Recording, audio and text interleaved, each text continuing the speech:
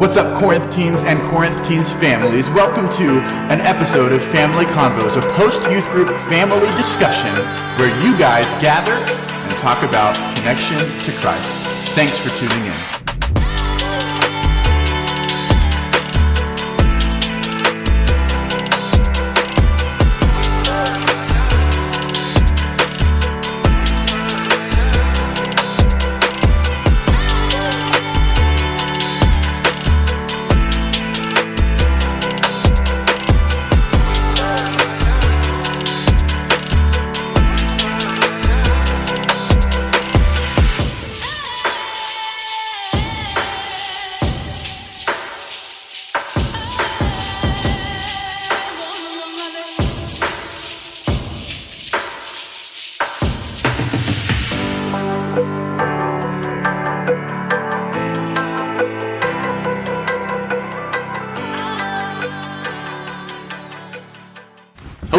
I'm so excited that you joined us on another episode of Family Convos. You'll notice that the set behind me is a little bit different this week because we changed a series this week. And tonight we began a series called Words. And we're talking about this idea that some things just don't make sense coming out of the mouth of a Christian.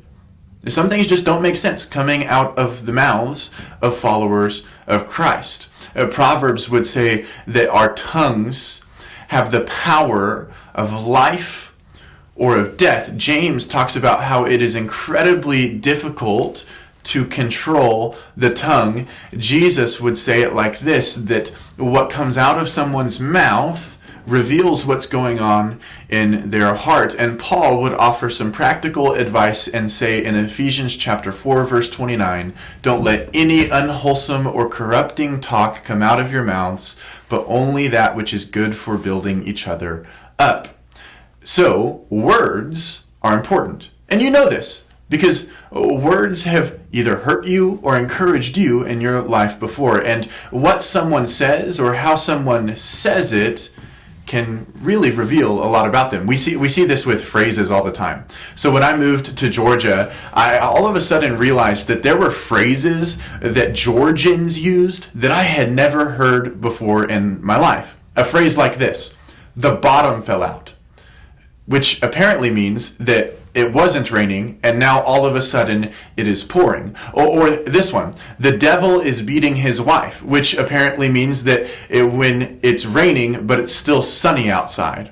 Or something like this, the toad is choking, which means that there are piles of water starting to flood because of the amount of rain. Apparently, you guys have lots of phrases about weather that I didn't know about, but you can tell sometimes where someone is from based off of what they say or how they say it. So I have a friend from South Dakota who can't say the word bag or tag or rag. Instead, for him, it's beg, teg, or reg. How someone says something or what someone says reveals so much about them. And so with that idea in this series, there are some things that don't make sense coming out of a Christian's mouth because our words reveal something about us. So are we speaking life or are we speaking death? What sorts of things don't make sense out of our mouths? Tonight we talked about gossip. Gossip is really, really, really hard to avoid. Unfortunately, it's rampant in our communities and in our families and in our workplaces and all over the place. Gossip can enter the room at any point, but we all talked about tonight how God actually hates gossip.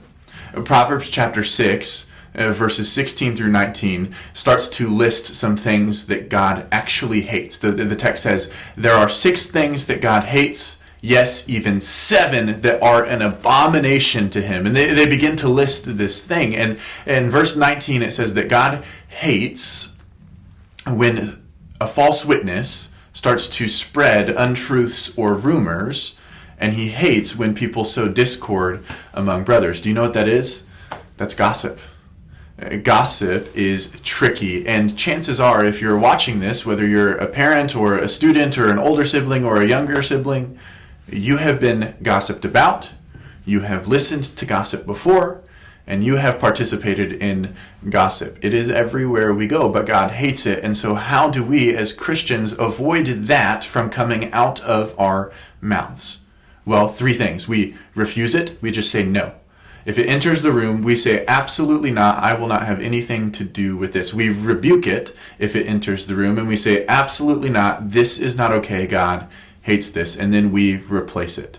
If gossip enters the room, we replace it with words that are uplifting and encouraging about anyone involved. Hard to do. So let's have some conversations about it as a family tonight. Here is question number 1. Have you ever been gossiped about before? How did it feel whenever you found out? Question number 2. One of the things that we can do with gossip is to replace it. How can you replace gossip the next time that it comes into the room? Question number 3. How can we be praying for each other as a community and as a family as we try to eliminate gossip from our mouths? Hey, this has been a great Family Convos episode, and I hope that your discussion went so well. I'm excited to continue this series about words, understanding that words really do have the power to give life or bring death. And Christians should always speak with words that bring life. And so next week and the week following, we're excited as we begin to talk about how we can bring life instead of death with our words. We'll see you next time on another Family Convos episode.